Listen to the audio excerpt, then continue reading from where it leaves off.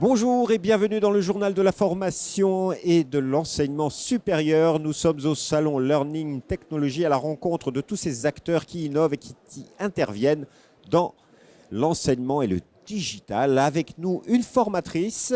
Elodie Candela, bonjour. Bonjour. Vous êtes formatrice, tutrice chez Digital Trainer, mais vous êtes également consultante et Oui, vous intervenez dans de nombreux organismes de formation.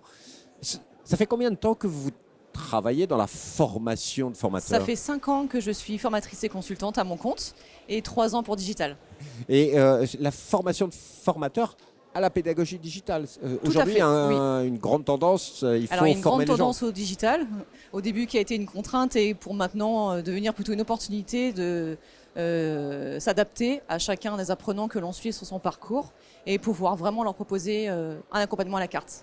Et il y a une vraie nécessité à se former pour un formateur parce que c'est... Tout à fait, il y a vraiment une nécessité pour vraiment bien s'imprégner des méthodes pédagogiques, de la gestion du groupe, voir vraiment les spécificités de chacun des groupes et aussi de pouvoir faire des transpositions avec leurs anciens métiers à toutes ces personnes. Donc oui, c'est vraiment une nécessité de l'avoir.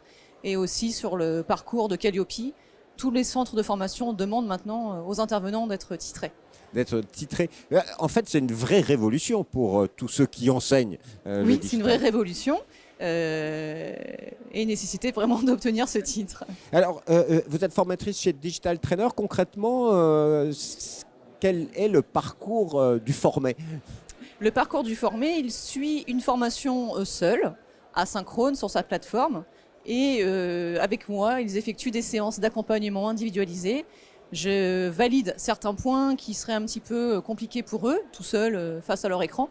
Et j'aborde aussi avec eux leurs dossiers qui sont à réaliser dans le cadre de l'obtention et du grand oral le jour de l'examen final. Mais qu'est-ce qu'on apprend quand on se forme à la pédagogie digitale? Alors, on apprend justement la différence principalement entre l'andragogie et la pédagogie. Et dans ce sens, il faut que les futurs formateurs prennent bien conscience qu'il faut vraiment dynamiser un groupe, pouvoir s'intéresser au parcours de vie de la personne qu'ils forment et faire vraiment des liens avec leurs anciennes professions.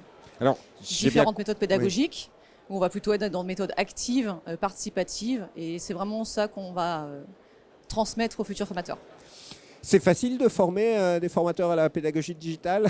C'est pas toujours simple, surtout que là, on est sur vraiment du distanciel. Et c'était quelque chose au départ qui me semblait compliqué de créer du lien avec des personnes en distanciel. Mais on adapte et au contraire, le lien est plus fort puisque je suis leur seule interlocutrice. En même temps, c'est un secteur, le digital, qui innove en permanence. Il y a tout le temps des nouveaux outils. Donc, vous-même, vous êtes obligé de vous adapter pour... C'est ça. En fait, avant, on adaptait... c'était les personnes qui se formaient qui devaient s'adapter au contenu de formation et aux modalités. Et maintenant, c'est l'inverse. C'est nous qui devons nous adapter aux personnes que l'on forme. Merci beaucoup pour votre témoignage, Elodie Candela. Peut-être vous avez un conseil à donner à des formateurs qui nous écoutent, c'est se former parce que... Rester toujours en veille, toujours se former, et rester humble et avoir beaucoup d'humour.